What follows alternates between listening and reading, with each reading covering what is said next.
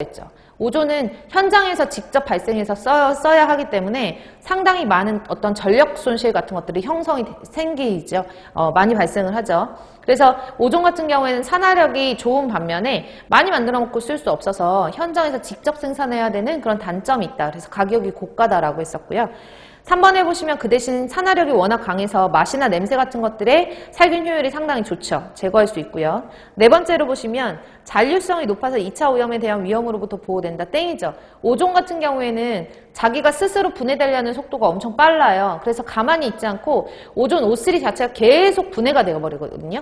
그러니까 물속에서 그 오존 자체가 존재하지 못하는 거죠. 잔류성이 엄청 짧고요. 그렇기 때문에 오존 소독을 아무리 살균 효율을 100% 증대시키기 위해서 살균을 많이 했다 하더라도 오존 자체가 물속에서 계속 존재하는 것이 아니라 염수처럼 계속 존재하는 게 아니라 오존 물 밖으로 자꾸 빠져나가려고 하니까 물이 어떤 송수라든지 아니면 물이 급수되는 과정에서 오존이 다 빠져나가 버리고 다른 미생물이라든지 오염물질 같은 것들이 들어갔을 때, 유입됐을 때 그것을 막을 수 있는 것들이 없어요. 그래서 오존 소독을 한다라고 하면 반드시 최종 소독은 무슨 소독을 해줘야 된다? 염소 소독을 해줘야 된다. 왜? 염소는 잔류성이 길고 오존은 잔류성이 없기 때문에 라고 말씀을 드렸어요. 그래서 4번에 보시면 잔류성이 높다라는 것 자체가 틀렸죠. 잔류성이 없어요. 없어서 2차 오염에 대한 위험이 크다라고 여러분들이 보셔야 돼요.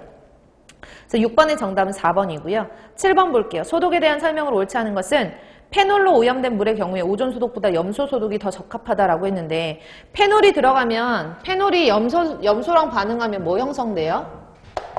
페놀이 함유된 폐수를 염소랑 접촉을 하면 클로로페놀이라는 게 형성이 되죠. 클로로페놀 같은 경우에는 아주 심한 악취가 발생되기 때문에 그래서 페놀이 함유한 폐수를 염소 소독하면 안 되는 거예요. 아셨죠? 그래서 페놀을 함유한 폐수는 염소 소독하면 안 된다. 왜냐하면 클로로페놀이 형성이 돼서 심한 악취 같은 걸 유발하기 때문에 심리적으로 사람이 음용수를 사용이 불가능하다라고도 말씀드렸어요. 옳지 않은 건 1번이네요. 클로라민, 결합잔류염소는 소독제로서 효과가 있죠. 그러니까 형성되는 유리잔류염소에 해당하는 HOCl이나 OCl-, 클로라민에 해당하는 결합잔류염소 다 소독력은 있어요. 다만 그 소독력의 차이가 있는 거죠. 제일 센 거는 소독력이 센 거는 HOCl, 그 다음이 OCl-, 그 다음이 클로라민이에요. 클로라민은 살균력은 가장 약한 데 비해서 장점이 냄새가 나지 않아요. 그래서 입취미가 없다는 게 가장 큰 특징이에요. 3번 보시면 오존은 박테리아 살균 및 바이러스 불활성화에 효과가 있고요. 산화력이 강하고 오존은 트리알로메탄 생성을 하지는 않아요. 그래서 트리알로메탄 생성은 염소 소독할 때만, 유리잔류 염소 생성할 때만, 즉 HOCl이나 OCl-로만 소독할 때 트리알로메탄이 생성된다라고 보시면 돼요. 8번 갈게요. 8번은 이 그래프 제대로 해석하는 문제인데요. 다음은 용해된 염소가스가 수중에서 해리되었을 때 차아염소산 HOCl과 염소산 이온 OCl- 간의 상대적인 분포를 pH에 따라 나타낸 그래프이다.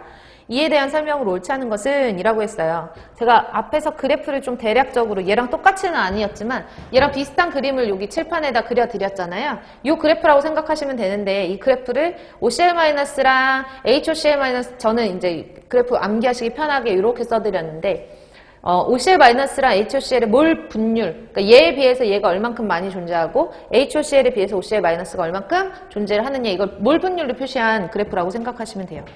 그럼 하나씩 해석해 볼까요? pH가 7.6이래요.